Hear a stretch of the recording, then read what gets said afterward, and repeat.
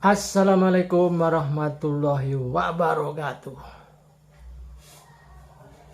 Moga-moga sehat semuanya, teman-teman, saudara-saudara sekalian di seluruh Nusantara dan dimanapun teman-teman berada yang suka iseng nonton channel ini, channel Peci Miring.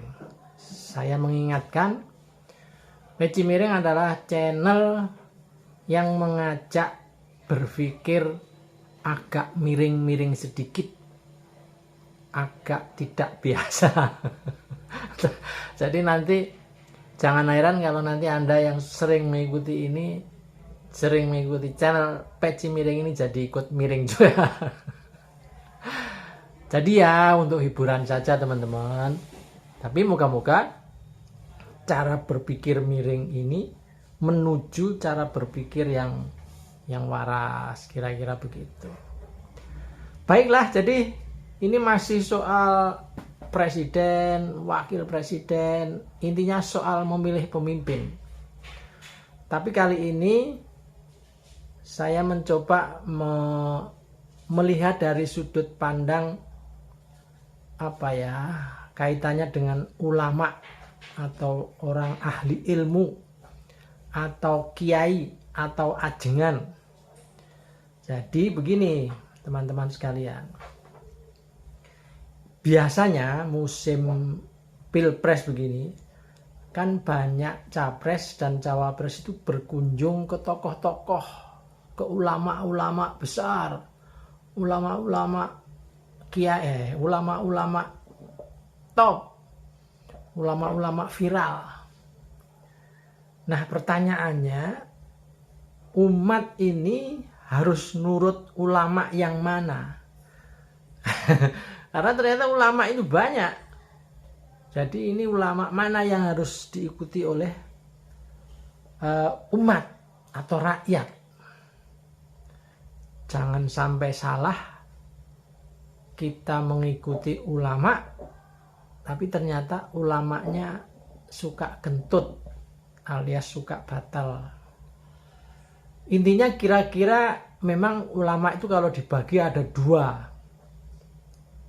Jadi saya nggak sok-sokan dengan bahasa Arab, nggak. Ulama baik dan ulama busuk. Jadi saya kira ukurannya hanya dua itu saja, cukup lah, nggak usah ulama yang apalagi kriteria apalagi, saya kira enggak lah. Jadi kalau ulama baik itu ulama yang benar-benar punya ilmu, punya kealiman, punya harisma, antara perbuatan dan kata-katanya itu seiring sejalan. Intinya kita mendefinisikan baik itu gimana ya, kira-kira seperti itulah. Yang kedua, ulama busuk. Ya ini saya menyebutnya nggak akan pernah menyebut nama ya, tetapi saya kira nanti para teman-teman, saudara-saudara sekalian akan mulai pelan-pelan akan tahu ulama busuk itu ulama seperti apa. Ya, ulama yang sering menyalahkan ulama lain.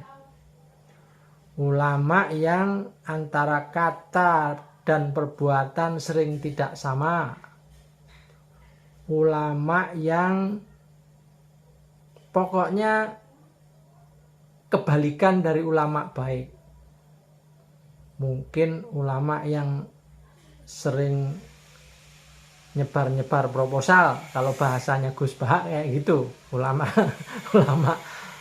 busuk itu ulama yang sering nyebar proposal gitu, minta-minta dana, atau bahkan minta-minta dana kepada jamaah, mungkin gitu. Ngumpulin dana dari jamaah untuk kepentingan dirinya, bukan untuk perjalanan dakwah itu sendiri.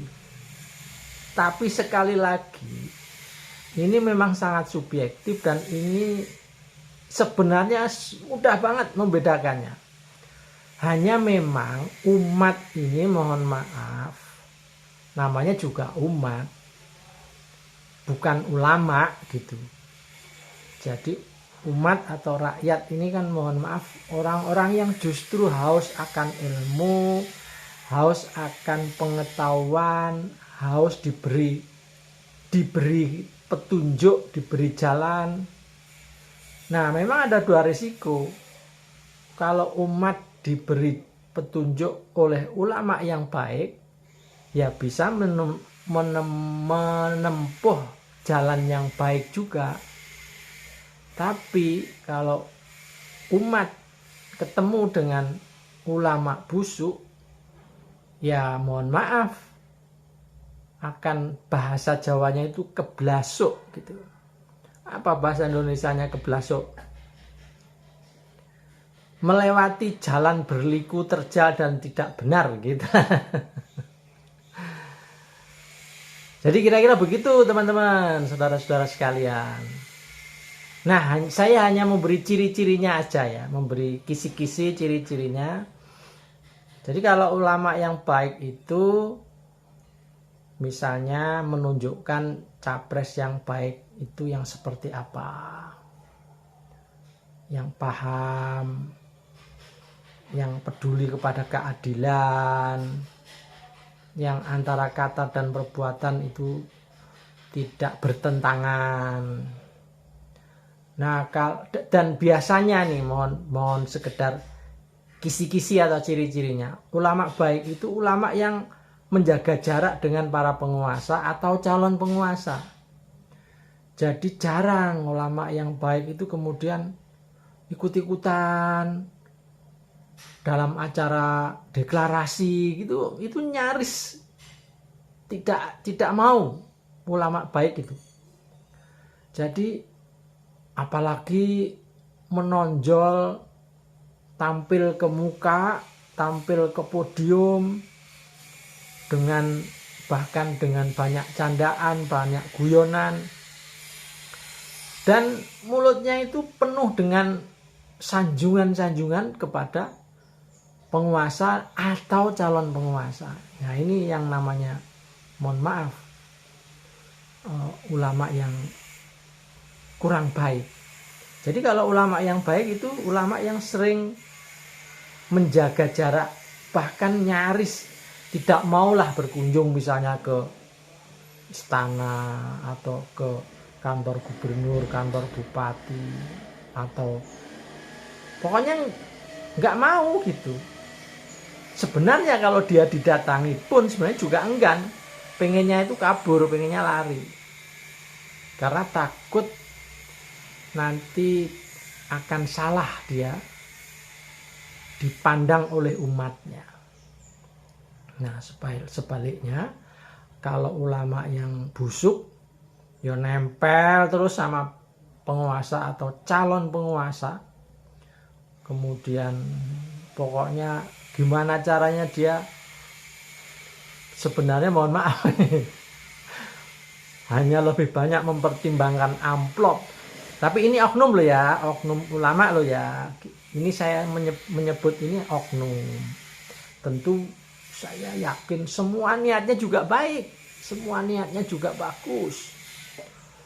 Kadang-kadang juga di mulutnya itu berbusa-busa ingin membela NKRI, ingin mengajak rakyat untuk berbuat baik. Tapi dia sendiri kadang-kadang kalau kita melihat ya subhanallah dan masya Allah. Jadi gitu teman-teman. Ya karena ini bahkan ada, kalau nggak salah hari ini Sabtu tanggal berapa ini, ada ulama-ulama yang bertemu dan kemudian katanya membuat fatwa yang mungkin ingin bocorin dari langit,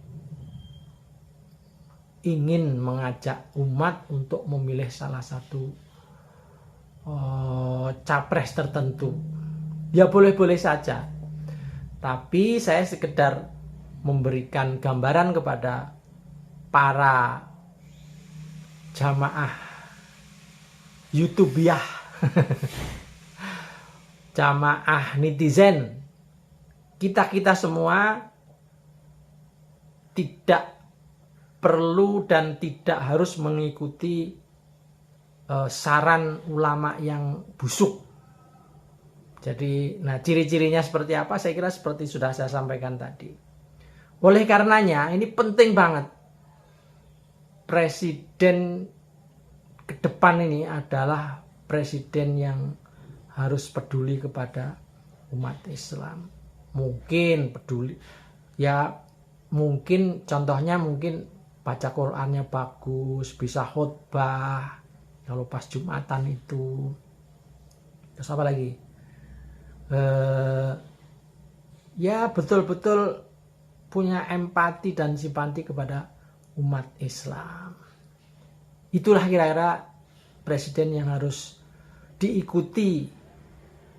Dan kalau ulama tidak mengarahkan calon presiden yang seperti itu, abaikan saja. Gitu teman-teman, saya Peci Miring Ahmad Bahar. Assalamualaikum warahmatullahi wabarakatuh.